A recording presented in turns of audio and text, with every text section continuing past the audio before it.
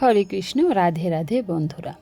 2026 সালের জ্যৈষ্ঠ মাসের ফলহারিণী অমাবস্যা ও ফলহারিণী কালী পুজো কবে পড়েছে, অমাবস্যা কখন শুরু হবে এবং কখন শেষ হবে, এবং এই দিনটিতে মাকে কিভাবে ও কোন ফল দিয়ে পুজো করলে বা নিবেদন করলে দীর্ঘদিনের মনের ইচ্ছা খুব তাড়াতাড়ি পূরণ হতে পারে, এই সমস্ত বিষয় নিয়ে আজকের এই পর্ব।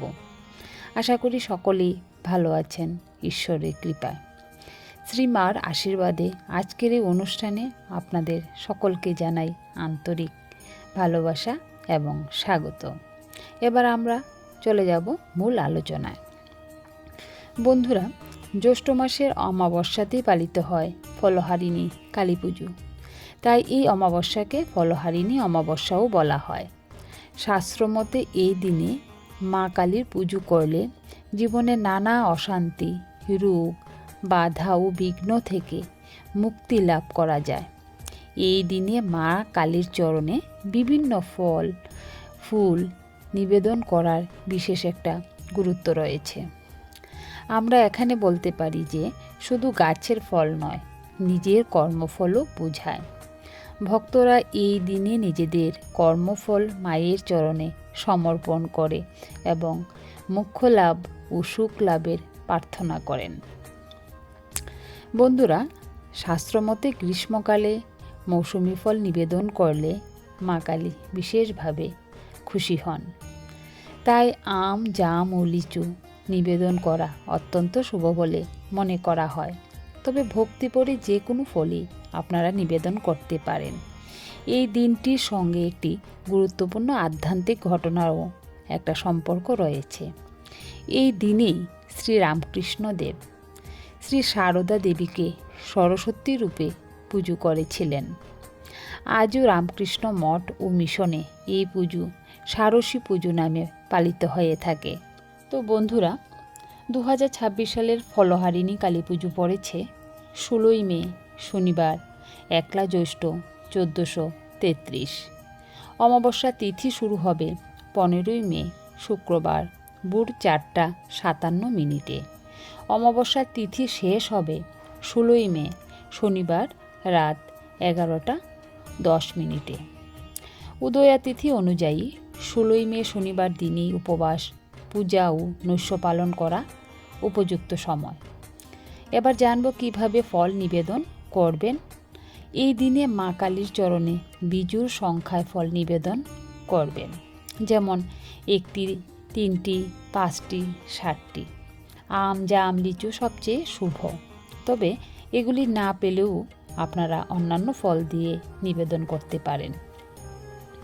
যদি কোনো বিশেষ মনস্কামনা নিয়ে নিবেদন করেন তাহলে সেই ফল 1 বছর পর্যন্ত নিজে খাওয়া যাবে না। সেই ফল ঠাকুরের আসনে রেখে দেবেন এবং যদি দেখেন যে ফলটি নষ্ট হয়ে যাচ্ছে তাহলে এটাকে জলে ভাসিয়ে দেবেন। 1 বছর পর আবার যখন ফলহারিণী অমাবস্যা আসবে, সেই একই ফল নিবেদন করে পূজা শেষে গঙ্গায় বিসর্জন দিয়ে দেবেন এবং তারপর সেই ফল আপনি আবার খেতে পারবেন। যদি কোনো বিশেষ কামনা না থাকে তাহলে সাধারণভাবে ফল নিবেদন করলেই আপনার যথেষ্ট। সেক্ষেত্রে এই নিয়ম কঠোরভাবে মানতে হবে না। এই দিনে বিশেষ কিছু নিয়ম পালন করা অত্যন্ত শুভ বলে ধরা হয়েছে। যেমন ভোরে ব্রহ্ম মুহূর্তে স্নান করা একটা পুণ্যদায়ক কাজ। মৌনব্রত পালন করলে মানসিক শান্তি বাড়ে। দুস্থদের দান করলে পুণ্য লাভ হবে। বন্ধুরা, অশ্বত্থ গাছের গোড়ায় গঙ্গা জল, কাঁচা দুধ ও কালো তিল অর্পণ করলে গৃহদোষ কমে। পাখি, কুকুর, গরু ও মাছকে খাদ্য দিলে অবশ্যই আপনারা শুভ ফল লাভ করবেন। এই দিনে আমিষ আহার পরিহার করুন। নখ, চুল বা দাড়ি কাটা থেকে দূরে থাকুন, কারণ শাস্ত্রমতে এতে অশুভ প্রভাব পড়তে পারে। মা কালী জীবনের কর্মফল অনুযায়ী ফল প্রদান করেন। তাই এই দিনে ভক্তি ভরে পুজো করলে জীবের দুঃখ কষ্ট থেকে মুক্তি লাভ করা যায় এবং মা মহামায়ার আশীর্বাদও আপনারা অবশ্যই লাভ করবেন। বন্ধুরা, তাহলে আপনারা অবশ্যই মনে রাখবেন যে 2026 সালে ফলহারিণী কালী পুজো পড়েছে 16ই মে শনিবার, যা বাংলা পঞ্জিকা অনুযায়ী 1লা জ্যৈষ্ঠ 1433। অমাবস্যার তিথিটা শুরু হবে 15ই মে শুক্রবার রাত 4:57 এবং শেষ হবে 16ই মে শনিবার রাত 11:10।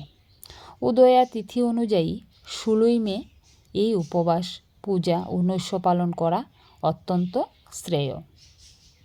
আর আরেকটা বিশেষ ব্যাপার বলে রাখছি যে আপনারা যদি মনে কোনো বিশেষ মনস্কামনা নিয়ে এই পুজোটা করে থাকেন, তাহলে এই পুজোতে যে ফলগুলি নিবেদন করবেন সেই ফলটি 1 বছর পর্যন্ত নিজে খাওয়া যাবে না।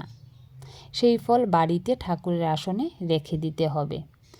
পরে যখন দেখবেন যে ফলটি পচা শুরু করেছে, তখন জলে ভাসিয়ে দেবেন। আবার 1 বছর হলে সেই ফলগুলি দিয়ে মাকে পুজো দেবেন এবং গঙ্গায় বিসর্জন দেবেন। তারপর থেকে কিন্তু সেই ফলগুলি আপনারা অবশ্যই খেতে পারবেন। তো বন্ধুরা, এই কথাটা অবশ্যই কিন্তু আপনারা মনে রাখবেন। সব দেবতাদের মধ্যেই কোনো না কোনো একটা বৈশিষ্ট্য থাকে। যেমন মা কালী হলেন কর্মফলের অধিষ্ঠাত্রী দেবী। তিনি জীবের কর্ম অনুযায়ী ফল প্রদান করে থাকেন। তাই বন্ধুরা, মনে রাখবেন যে এই দিনে আন্তরিক ভক্তি ও নিয়ম মেনে অবশ্যই পুজো করলে আমাদের জীবনে দুঃখ কষ্ট থেকে আমরা সত্যিই মুক্তি পাব এবং মা মহামায়ার আশীর্বাদও লাভ করব।